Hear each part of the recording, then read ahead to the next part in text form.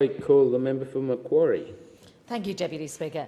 Every year, Raise Our Voice invites young Australians to tackle the big questions shaping our future. This year's Macquarie winner is Rohan, and I'm delighted to read part of his speech, which focused on the challenges ahead of us domestically and internationally in trade, human rights and environmentally. He says, "The future of young Australians depends on what we do today. It's our responsibility as a global leader of non-major nations to rally against these challenges. We cannot compromise on human rights, even when it is the most difficult option. We must defend the freedom of the press and the rule of law, which are so often threatened in the name of national security, to allow our youth to grow up in a safe, democratic and dynamic nation where rights and freedoms are protected. However, all of this will come to naught if future generations inherit a destroyed world, or may it never be that they fail to lead.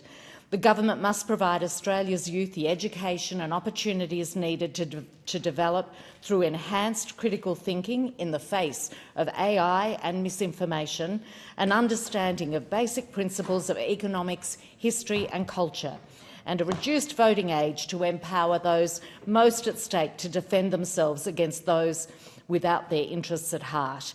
If we fail to act, we leave our youth an unjust, unsafe and unprepared world." And those are Rohan's words. And I also acknowledge the efforts of Harper, Meekie and Bronte, who wrote about the importance of access to school sport, of quality education and of policies focused on the younger generation. I commend them all on their thoughtful and worthwhile contributions to this debate.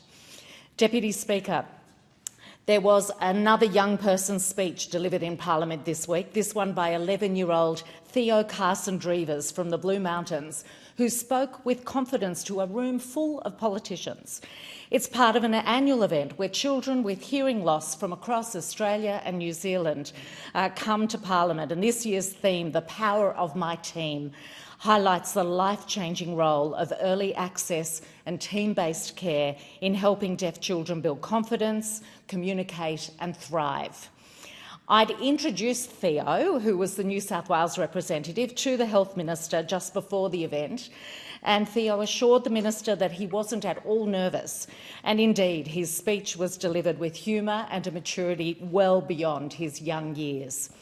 Theo's a powerful example of what's possible when you bring together technology like cochlear implants with multidisciplinary support, including speech therapy and family support. I'm sure his teachers at Wycliffe have also played a role, and thanks to Chris Rains, CEO of Next Sense, another Mountains local, who was there to support young Theo.